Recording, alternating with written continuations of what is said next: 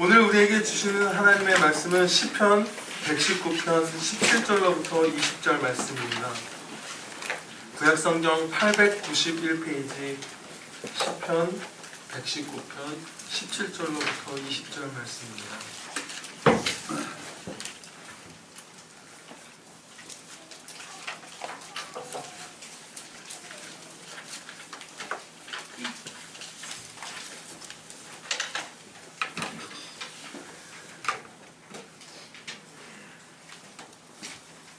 제가 본문 말씀 봉독하겠습니다.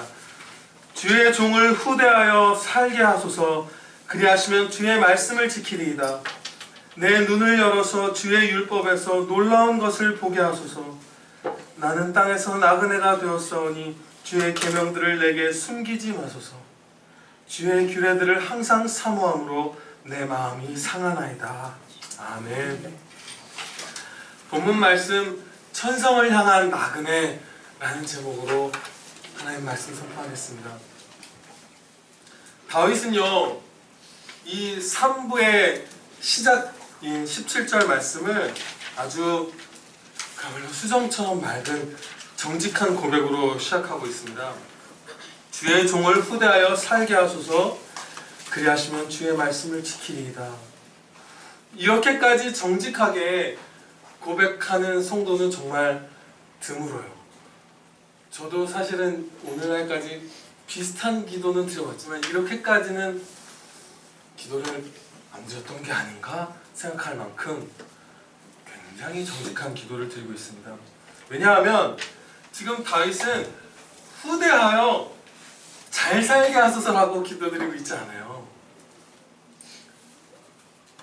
살게 하소서예요. 그냥 나를 후대해서 잘 살게 하시면 제가 하나님의 말씀을 지키겠습니다 이게 아니라 후대하셔서 살게 하소서 이렇게 말하고 있어요. 이 말씀이 하도 이해가 잘 안 돼서요, 정말 여러 번을 읽었어요. 한글 성경도 읽고 영어 성경도 읽고 히브리어 성경도 컴퓨터 프로그램에 의지해서 살펴보고요, 뭔가 위화감이 드는 거예요. 우리가 일반적으로 생각하는 말과 뭔가 안 맞는 거예요. 후대하면 잘 살게가 돼야 되잖아요. 근데 후대하면 살 수 있다는 거예요. 다윗이 지금 말하는 바는 어떤 상황에 처한 인생이든지 그가 살아있는 것조차 하나님의 후대하심을 입었기 때문이다. 반면에 우리는 너무도 자주 이것과 다른 생각에 빠져요. 내가 원하는 것과 안락과 건강과 부유함과 내 육체의 정욕을 따르는 어떤 소원들을 이루어주셔야만 날 좀 후대하셨다 이렇게 우리는 생각해요. 내가 큰 은혜를 입었다 그때 생각하는 거예요. 근데 그게 아니라는 거예요. 만일 하나님께서 자비와 긍휼로 우리를 후대하시지 않고 그 공의대로 우리가 행한 바대로 우리에게 주셨다면 우리는 다 이미 죽임당했어야 되잖아요. 그래서 지금 우리가 살아있는 게 후대하심을 받은 거예요. 예. 그래서 아침에 눈을 떴을 때 그날에 내가 감옥에 있든, 사도의 비밀이 한꺼풀 밝혀지죠. 사도들 같은 분들의 비밀이. 감옥에서 눈을 떴든 병이 들었든 가난하든 중노동을 해야 하는 그 바쁜 날이든지 간에 살아있다는 사실만으로 아버지 저를 오늘도 후대하여 주셨사오니 감사합니다 기도드릴 수 있는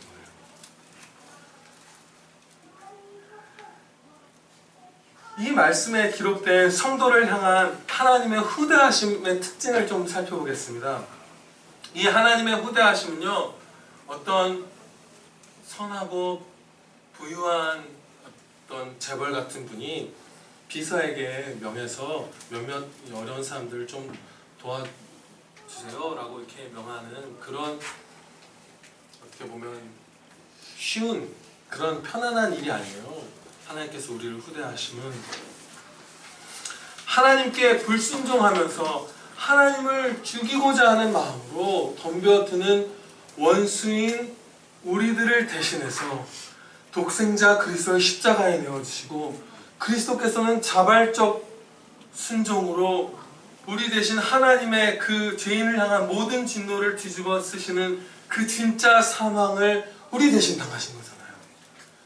그게 후대하심이에요.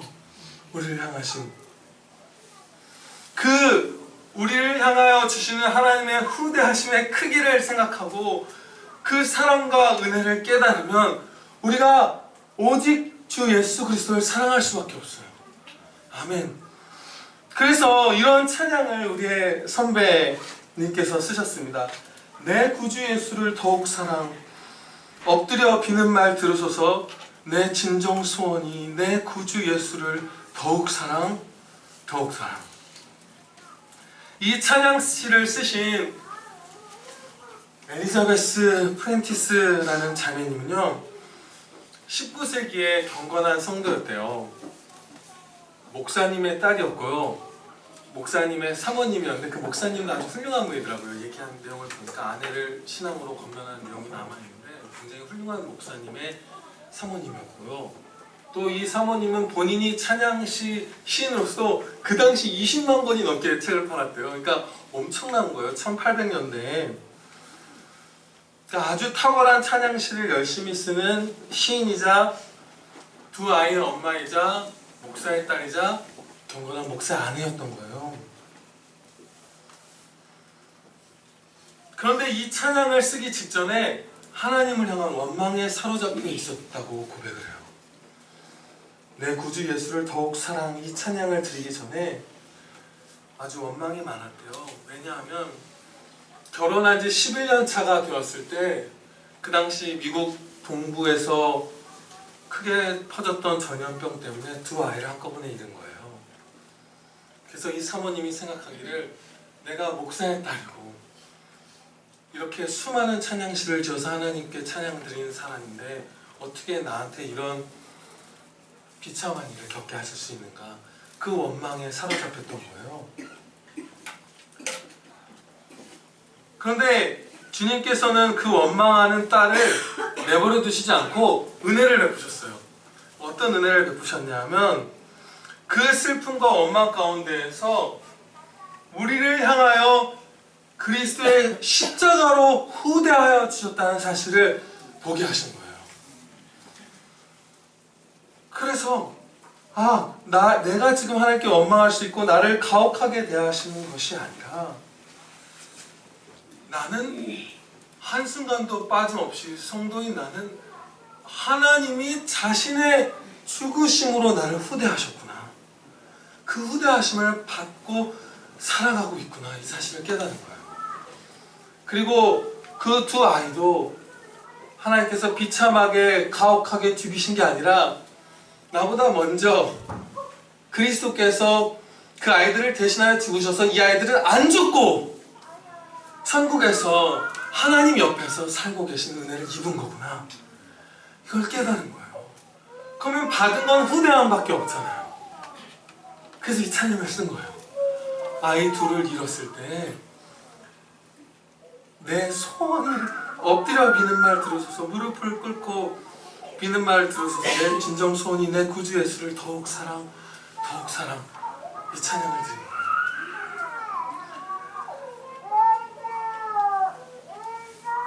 찬양의 2절은 여러분들 아시는 바대로 이렇습니다. 이전엔 세상 나 기뻤어도 지금 내 기쁨은 오직 예수. 바로 시편 119편의 고백과 동일한 신앙이에요. 시편 119편과 완전히 겹쳐요.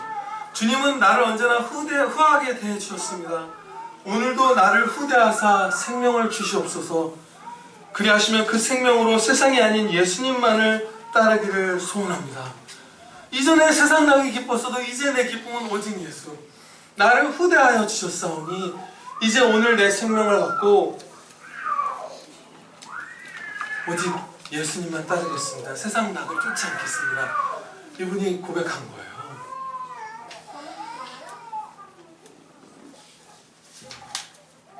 이어서 다윗은 이렇게 간구하였어요. 내 눈을 열어서 주의 율법에서 놀라운 것을 보게 하소서.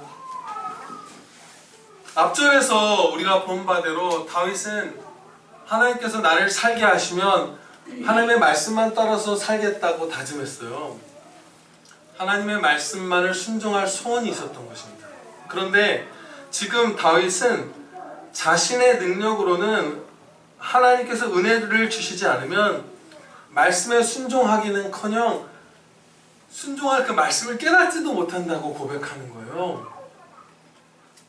그래서 이 간구를 드린 거예요. 나는 하나님께서 이 어두워진 내 영혼의 눈을 열어주시지 않으면 하나님의 말씀에서 그 어떤 놀라운 진리도 볼 수 없는 소경입니다. 그 고백이 들어있는 거예요. 우리가 우리에게 허락하신 지성을 아무리 근면하게 활용해도 하나님의 말씀을 바르게 깨닫는 그 고상한 그 영광된 단계에 이르지 못해요. 그래서 성경은 양극단의 평가를 받아요. 어떤 사람들에게는 정말 우매한, 그걸 믿는 사람은 그야말로 아편에 중독됐다 할 만큼 아주 허구에 허황된 얘기가 가득 담긴 그런 두꺼운 책이고요. 반면에 경건한 성도들에게는 목숨 바치는 말씀이에요. 그 안에서 우리를 살리는 하나님의 권능의 말씀을 보았기 때문이에요. 그래서 우리는 매일의 기도에 반드시 다윗의 이 기도를 드려야 해요. 내 눈을 열어서 하나님의 말씀에 놀라운 것을 보게 하옵소서. 이 기도가 사라지면 우리 영양실조 걸리는 거예요. 영혼의 양식이라고 하셨잖아요. 그것은 하나님께서 그냥 성경 읽으라고 가벼운 말씀으로 주신 비유가 아니에요. 정말로 하나님의 말씀이 아니면 우리의 영혼은 죽어가요. 그래서 전쟁을 앞두고서 강대한 이방 민족들이 진을 치고 전선을 이루고 이스라엘 백성들 앞에 있을 때 그때 회개한 이스라엘 백성들이 구한 게 우리의 팔힘을 강하게 하시고 무슨 불길이 저쪽에 일어나게 하시고 이걸 구한 게 아니라 우리에게 위로가 될 하나님의 말씀을 주시옵소서 구했잖아요. 제일 급박한 상황에서 결국 깨닫고 구한 건 하나님의 말씀이에요. 그렇기 때문에 우리는 매일 이 기도를 드려야 합니다. 내 눈을 열어서 주의 율법에서 놀라운 것을 보게 하소서. 아멘. 19절에서 다윗은 자신을 이 땅에서 나그네다 이렇게 표현하고 있어요. 이것은 성경 곳곳에 나오는 표현이죠. 외인, 나그네 이런 표현들로 성도들을 하나님께서 부르세요. 이 말은 여러분들 아시는 바대로 이 땅이 목표이고 이 땅이 정착지가 아니라 다른 목표가 있다는 거예요. 다른 목적지가 있다는 말씀이죠. 다윗은 이 땅으로만 만족할 수 있는 것처럼 살지 않고 더 높은 곳, 하나님이 계신 곳을 향하여 살았다는 거예요. 내가 이 땅으로 만족하지 않겠습니다 라고 마음을 먹고 산 거예요. 그런데 우리는 하나님의 말씀에 주의를 기울이면서 그 말씀을 따라 살아서 하늘로 점점 더 나아가는 삶을 살지 않고 자주 냉랭하여질 때가 있죠. 오히려 하나님의 말씀에 대한 이 다윗과 같은 사모함이나 나그네로서의 정체성을 갖지 못하고 차가워진 마음으로, 차갑다는 건 하나님을 향하여서 차가워졌다는 거예요. 천국을 향하여서 냉랭하고 그 마음으로 오히려 세상을 주목하고 세상을 향해서 마음을 쏟을 때가 너무나 많아요.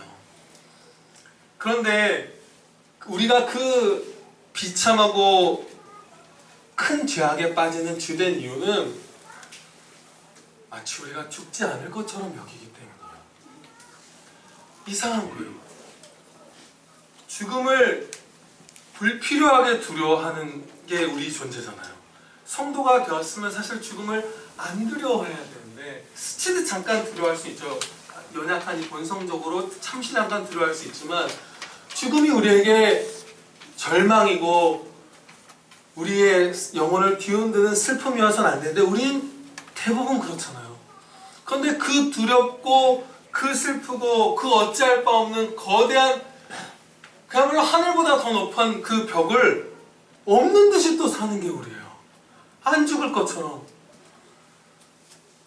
최근에 이제 저도 이제 나이가 드니까요. 30대 후반이 되니까 이상한 것들을 봐요.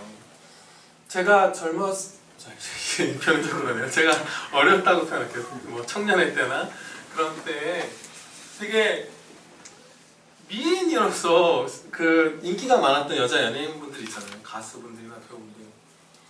그런데 벌써 얼마 안 지났는데 30대 후반 40대만 돼도 그분들이 막 성형을 많이 해서 막 부풀어서 얼굴이 나오는 걸 보잖아요.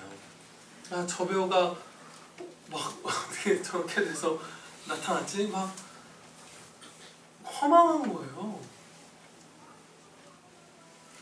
그야말로 스타, 별이잖아요. 정말 예쁘다. 막 사람들이 광고 30초 한 번 찍으면 2억입니다. 주고 막 이럴 만큼 막 내 삶은 충만하다 했던 사람들일 텐데 불과 그 한 10여 년의 짧은 아름다운 시기를 거치면 늙고 처져서 그것을 견딜 수가 없어서 절제를 모를 때까지 수술을 하는 거예요. 그런데 우리는 그날이 오기 전까지는 모르죠. 우리의 볼이 처지기 전까지는 모르는 거예요. 어떤 배우는 절대 조깅을 안 한대요. 볼이 처지니까. 네, 대신 걷는다 이렇게 얘기를 하더라고요. 네. 그 날이 와봐야 하는 거예요. 이상하잖아요. 맨날 보는 건데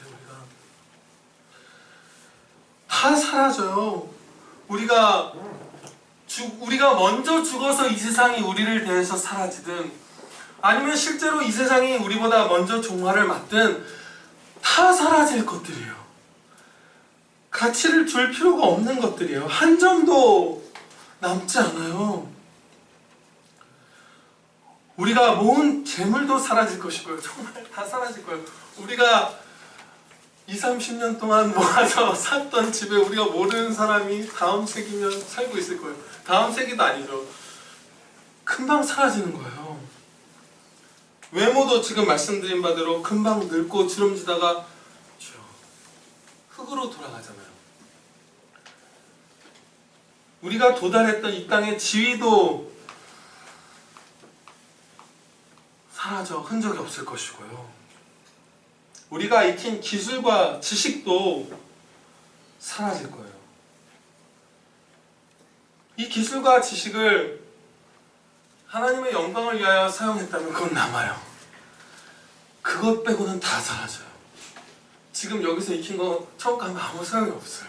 세상이 다시 개편되잖아요. 모든 질서가 새롭게 쓰여지잖아요.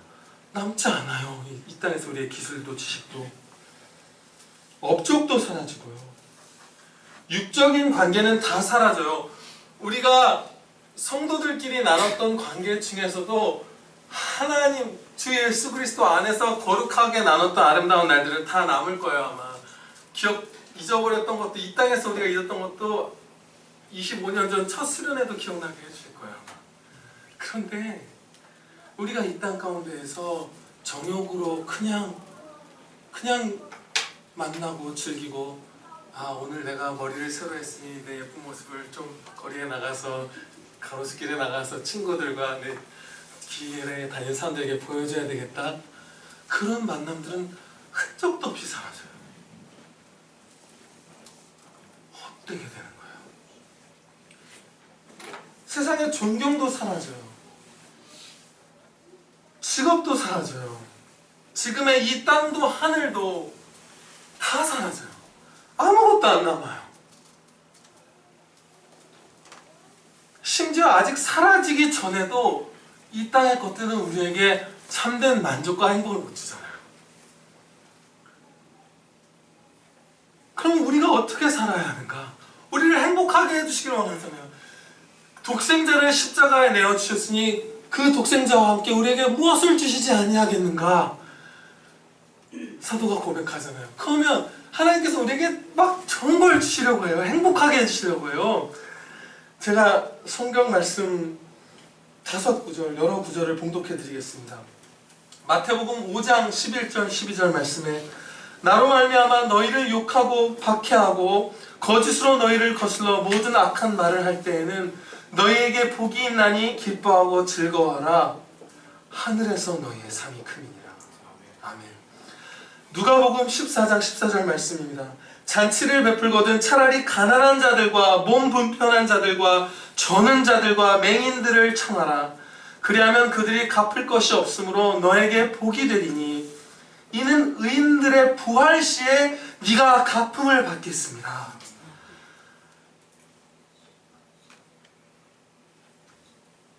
우리 세상에서 그 기부 모임 하는 것과 너무 다르죠. 한 사람당 10,000불, 20,000불씩 참가비를 내서 정말 비싼 호텔을 빌려서 테이블을 마련하고 막 유명한 가수가 나오고 축제 세워지지 않으면 모금이 안 되잖아요. 그래서 기부가 제일 발달된 미국 같은 나라에서도 그런 행사를 해야만 부유한 사람들이 모여서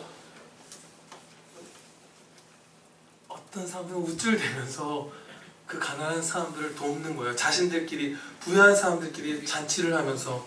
그런데 하나님께서는 전혀 갚을 것 없는 그 가난하고 몸불편하고 저는 자를 보지도 못하는, 내가 누군지도 못 보는 자들을 불러다가, 차라리 그들을 불러다가 잔치하라는 거예요. 왜? 천국에서 상을 받을 거니까. 로마서 8장 18절에서 이렇게 말씀하십니다. 생각하건대 현재의 고난은 장차 우리에게 나타날 영광과 비교할 수 없도다. 마태복음 6장 20절 오직 너희를 위하여 보물을 하늘에 쌓아두라. 히브리서 11장 15절 말씀에 믿음으로 모세는 장성하여 바로의 공주의 아들이라 칭함받기를 거절하고 도리어 하나님의 백성과 함께 고난받기를 잠시 죄악의 낙을 누리는 것보다 더 좋아하고 그리스도를 위하여 받는 수모를 애굽의 모든 보화보다 더 큰 재물로 여겼으니 이는 상 주심을 바라봅니다. 아멘.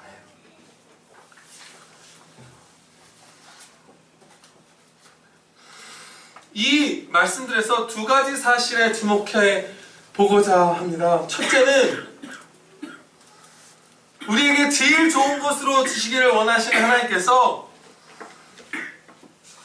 철저하게, 아니 전적으로 하늘을 향해 가는 나그네의 삶을 살라고 명하신 거예요. 야, 하늘을 향해서 한 팔을 붙들고 이 땅의 것을 주면 잘 이루어진단다.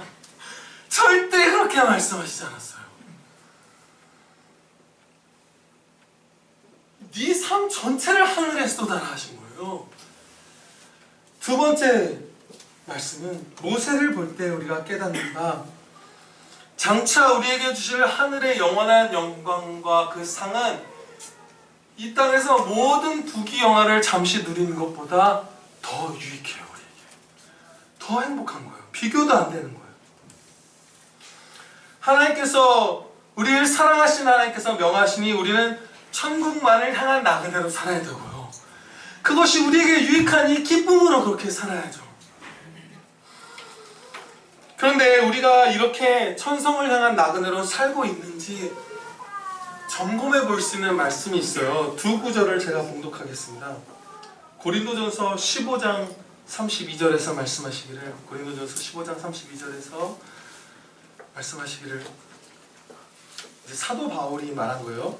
죽은 자가 다시 살아나지 못한다면 내일 죽을 터이니 먹고 마시자 하리라. 15장 19절 20절에서는요.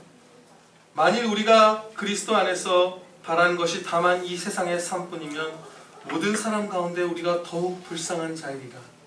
그러나 이제 그리스도께서 죽은 자 가운데서 다시 살아나사 잠자는 자들의 첫 열매가 되셨도다. 아멘. 시토스도회라는 수도회가 있어요. 우리가 아는 그 구주를 생각만 해도 좋거든. 아마 그 찬양을 쓰신 그 예수님을 몹시 사랑한 그분이 아마 초기에 그 수도회를 세우신 분인 걸로 알고 있는데요. 버나드라는 분. 근데 최근에는 좀 변질됐나 봐요. 안타깝게도. 그 시토스도회 원장님이 인터뷰한 내용을 글로 읽었어요. 어떤 기자 같은 사람이 방송국에서 나와서 그 수도원 원장님한테 물은 거예요. 만약에 무신론자들의 주장이 맞아서 부활도 없고 하나님도 안 계시면 수도원에서 산다는 건 그야말로 나름대로 헌신된 삶을 살려고 한 거잖아요. 성도로서. 그러면 그 원장님은 자신의 삶에 대해서 어떻게 평가를 내리시겠습니까? 물어본 거예요. 그 수도원 원장님이 이렇게 얘기를 했어요. 부활이 없어도, 천국이 없어도 그래도 예수님을 섬기면서 사는, 그 성경대로 사는 거룩한 삶을 살았기 때문에 다른 길을 택했었던 것보다 나는 이 삶에 만족한다는 거예요. 더 행복하게 살았다는 거예요. 천국이 없어도 그래도 선하고, 그래도 거룩하고, 그래도 그 어떤 성도 간의 교제를 나누고 그렇게 살았기 때문에 후회하지 않는다는 거예요. 맞는 말 같죠? 그럴싸하게 들리잖아요. 여러분 그냥 제가 수도회 이런 거 안 하고 어디 개혁주의 교회 이렇게 말씀면 아마 아멘은 안 했을까요? 모르겠어요. 안 했을 거라고 생각해요. 그쵸? 근데 사도 바울은 전혀 다르게 얘기한 거예요. 부활 없으면 난 진짜 병신이지. 나 망한 거야. 내가 제일 불쌍해 하는 거예요. 우리 성도가 제일 불쌍해. 제일 비참하게 산 거야. 완전히 다른 거예요.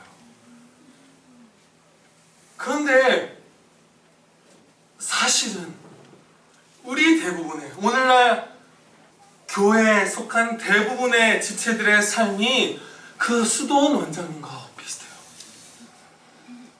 교회에서, 지교회에서 세상에선 찾기 힘든 교제를 나누고, 정신과 치료 한 1억쯤 들여서 한 100번 받아도 고칠까 말까 한 그런 공포심들과 수치심들과 정죄감과 아픔에서 회복되고 여러 가지 그런 것들을 누리자. 그게 나쁘다는 게 아니에요. 그 성령께서 주시는 거예요. 그런 것들을 누리죠. 그리고 고상한 시민으로서 사회적 선도 행하고, 그야말로 불신자들도 잠언 말씀에 나온 대로 겉으로만 흉내내도 복을 받아요. 하나님의 섭리에 조금이라도 한 발이라도 부합하면 죄인 중에서 행복하게 살잖아요. 그러니까 성도로서 우리는 많은 걸 누려요. 그리고 실제로 성도의 삶이 되게 안정되고 안락하고, 심지어 어떤 사람들은 부유하기도 하고 멋있고 신취적이고 나의 가능성을 다 사회에 고지해서, 고지론이라는 말까지 있었잖아요. 성도들이 막 세상의 높은 자리를 다 차지해서 막 폼나게 리더가 되면서, 리더라는 말을 세상에서 제일 많이 쓰는 게 교회예요. 다 리더예요. 세상에. 그렇게 살 수 있다고 말하잖아요. 그 수도원 원장님과 같은 평가를 내릴 거예요. 똑같은 질문을 받았을 때 천국이 없어도 나는 여기서 좋은 교제를 나누고 안락한 삶을 누리고 영원히 평안을 얻었고 사회 지도자가 되었으니 만족합니다. 근데 사도 바울은 아니라고 가르쳐주는 거예요. 그래서는 안 된다고. 그러면 왜 도대체 우리가 그토록 불쌍한 사람이 되고야 마는 것일까? 경건한 성도들이 아까 앞서 봉독해드린 말씀, 죽은 자가 다시 살아나지 못한다면 내일 죽을 터이니 먹고 마시자 하리라, 이 말씀에서 중요한 답을 얻을 수 있어요. 사도 바울은요, 이 말씀에서 극단적인 쾌락주의를 부활 없음에 대한 대안으로 제시하는 게 아니에요. 부활이 없으면 그 다음으로 좋은 차선은, 혹은 그때 해결 방법은, 나름의 잠시 잠깐의 낙을 누리는 방법은 진탕 먹고 마셔서 내가 먹고 죽자 하는 이런 대로 쾌락주의의 극단으로 가자고 말하는 게 아니에요. 당연히 그렇게 말할 수가 없죠. 그 문맥상 사도 바울이 가정한 거잖아요. 부활이 없으면 그 다음에 내가 나를 위해서 최선의 것이 무엇일까를 지금 궁리해서 쓴 거예요. 그럼 여기서 먹고 마시자, 먹고 마시겠다 하는 건 저녁에 편히 앉아서 그 식탁에서 포도주와 식사를 먹고 쉬겠다는 거예요. 일상의 즐거움을 나도 누리겠다는 거예요. 뒤집어서 생각해보면 일상의 즐거움을 포기하고 있다는 거예요. 그래서 부활이 없으면 제일 비참한 거예요. 모세가 바로의 공주의 아들의 자리, 애굽의 모든 금은 보화를 다 버리고 고난을 택했잖아요. 일상이라고 말하기도 미안한 최고 수준의 이 세상의 복을 스스로 차버리고 고난을 자처한 거잖아요. 모세도 부활이 없으면 얼마나 바보 같아요.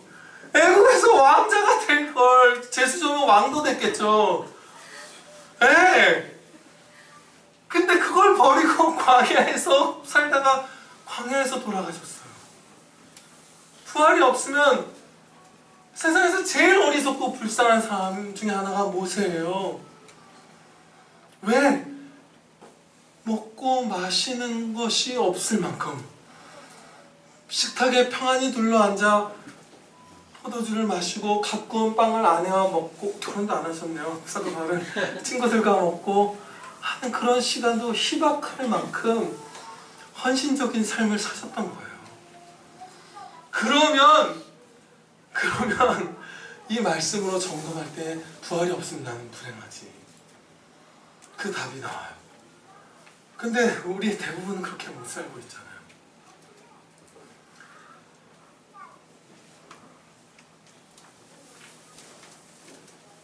그런데 이 말이 사도 바울의 말이요,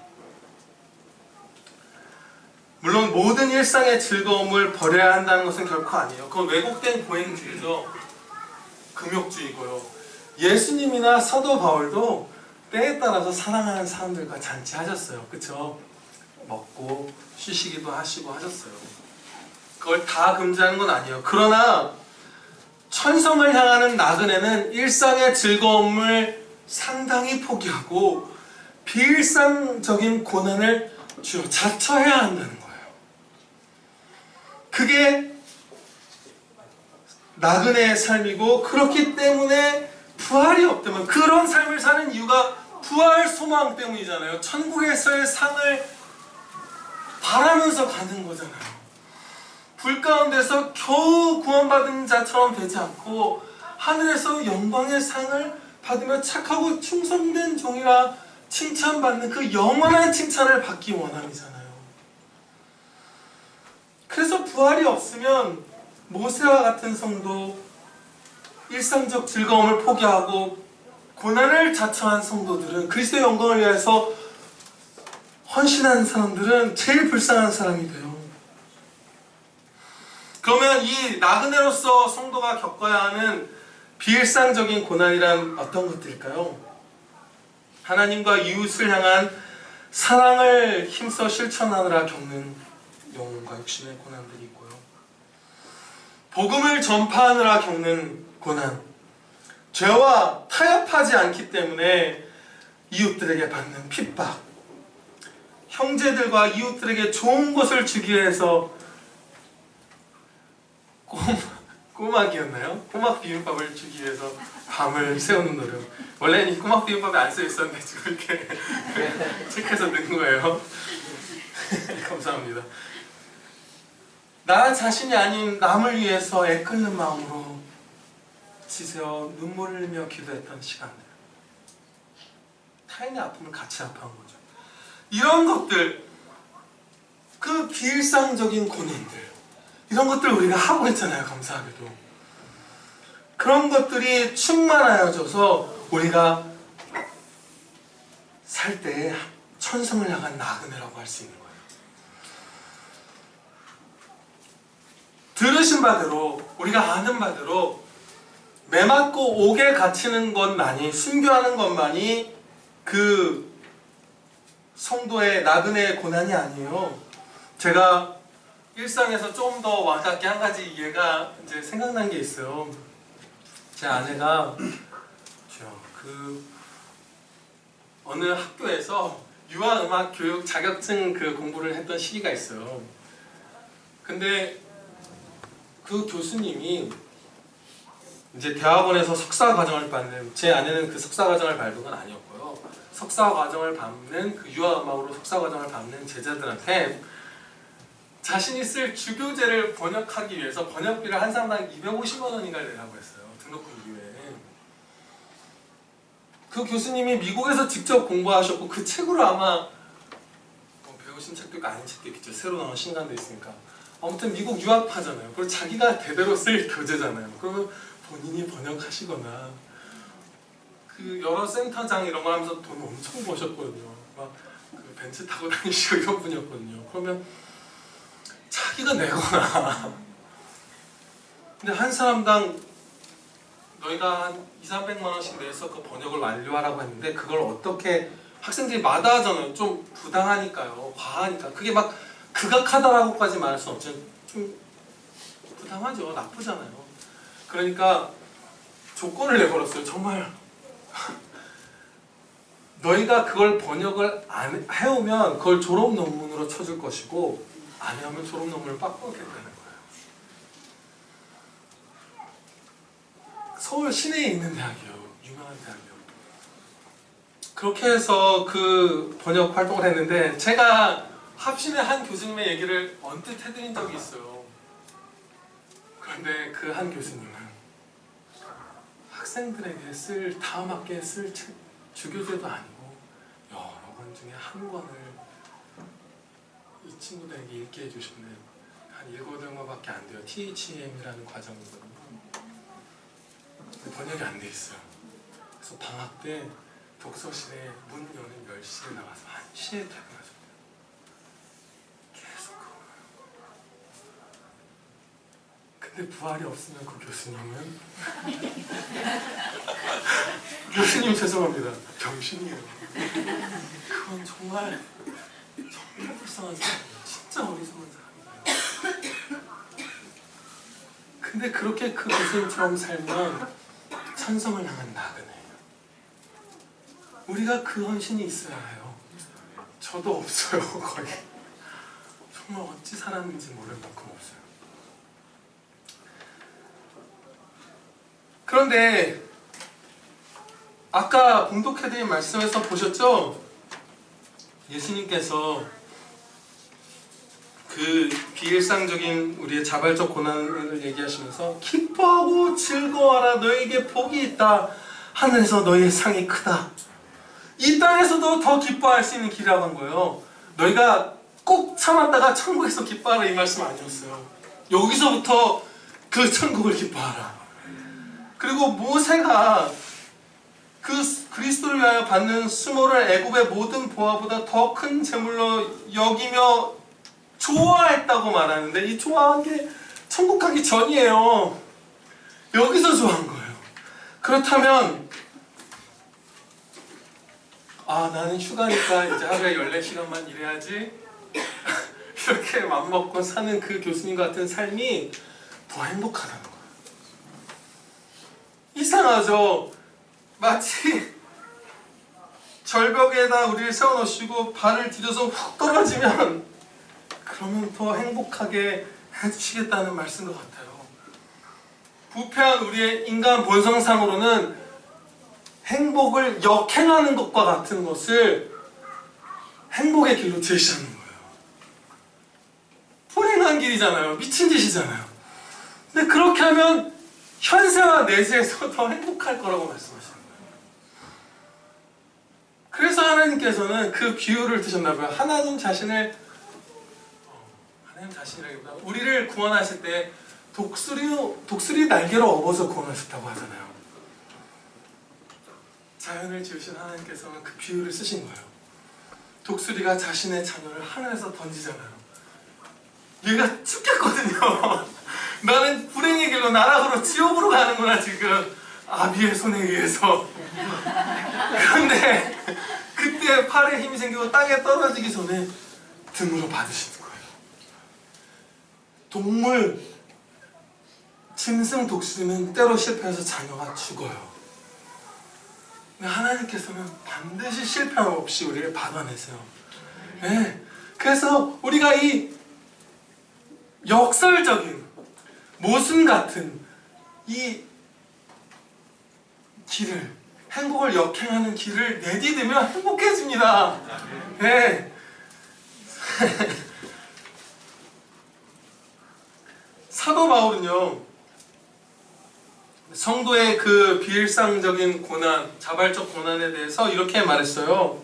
골로새서 1장 24절 말씀에서 내가 이제 너희를 위하여 받는 괴로움을 기뻐하고 그리스도의 남은 고난을 그의 몸된 교회를 위하여 내 육체에 채우노라.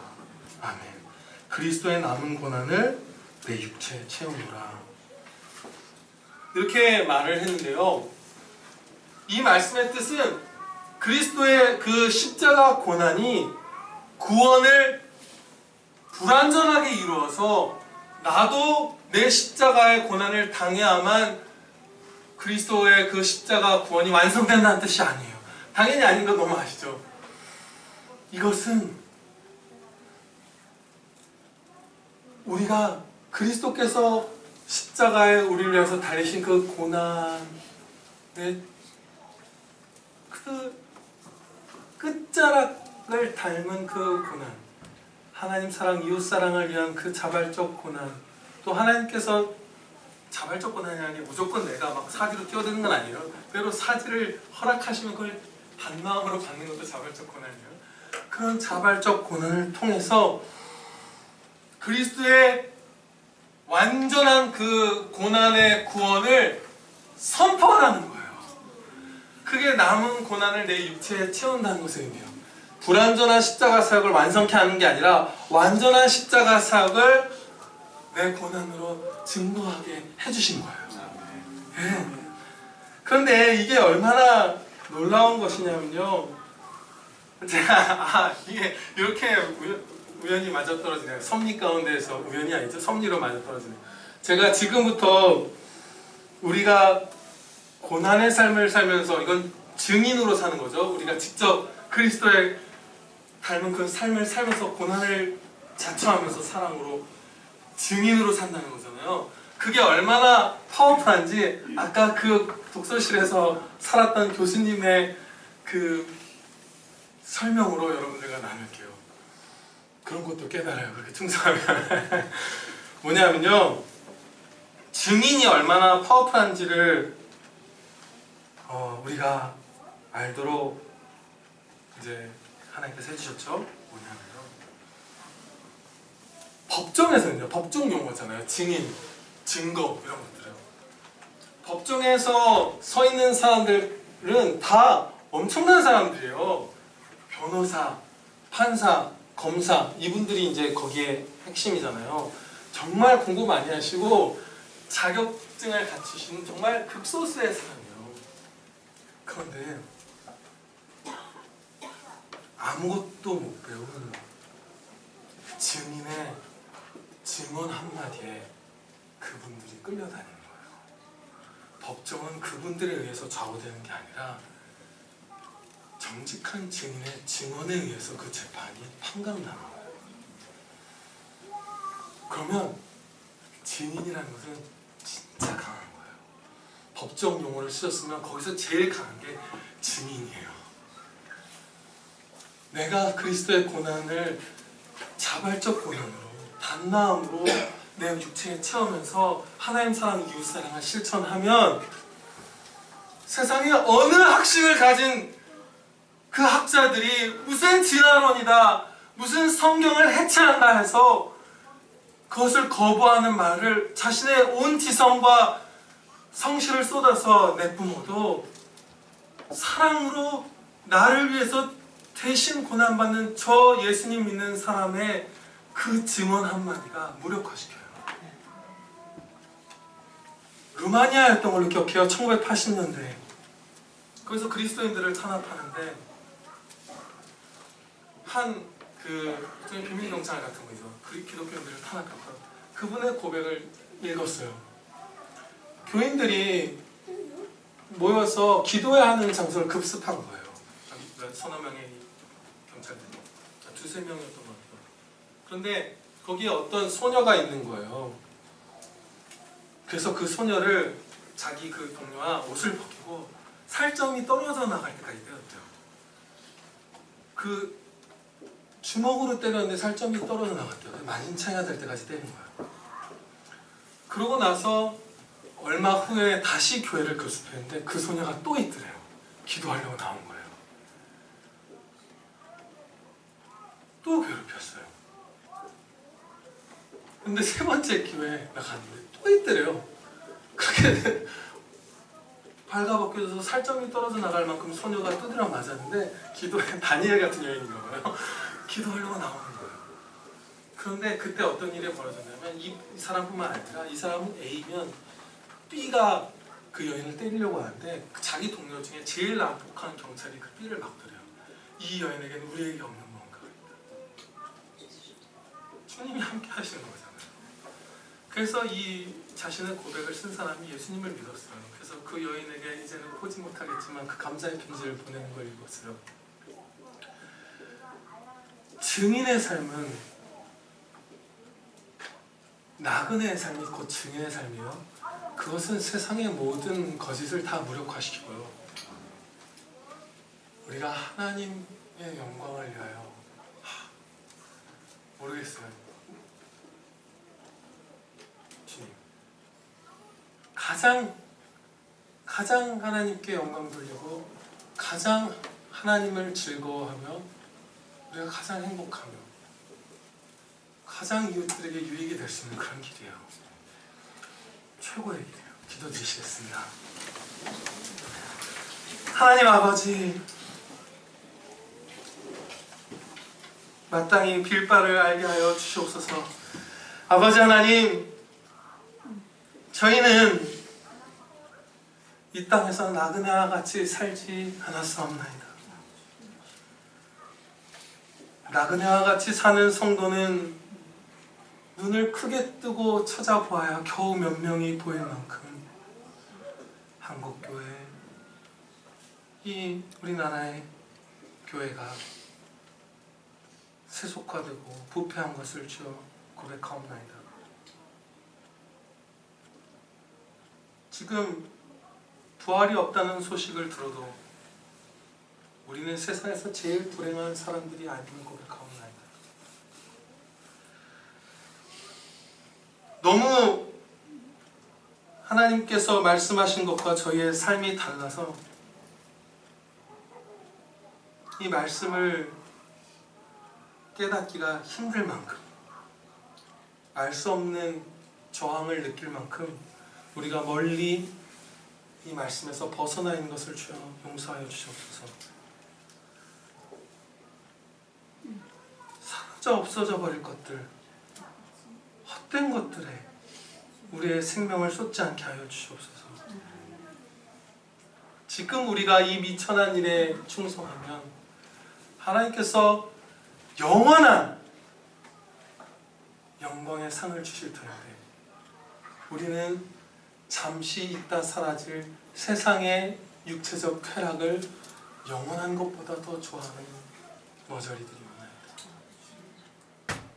주여, 제발 이 기회를 넉넉히 베풀어 주시옵소서. 지금까지 살아온 나를 이제 우리가 회개하고 완전히 돌이켜서 이제는 모세 선생님과 같은 삶을 살게 하여 주시옵소서. 그 교수님처럼 이제 내가 휴가니까 사랑하는 형제들 위해서 밤새워 헌신해야겠구나 다짐하고 실천하는 자들 되게 하여 주시옵소서. 그리하여 현세와 내세의 모든 약속 있는 복을 다 받아 누리는 복된 평안교회 형제자매들 되게 하여 주시옵소서. 예수 그리스도의 이름으로 기도하옵나이다. 아멘.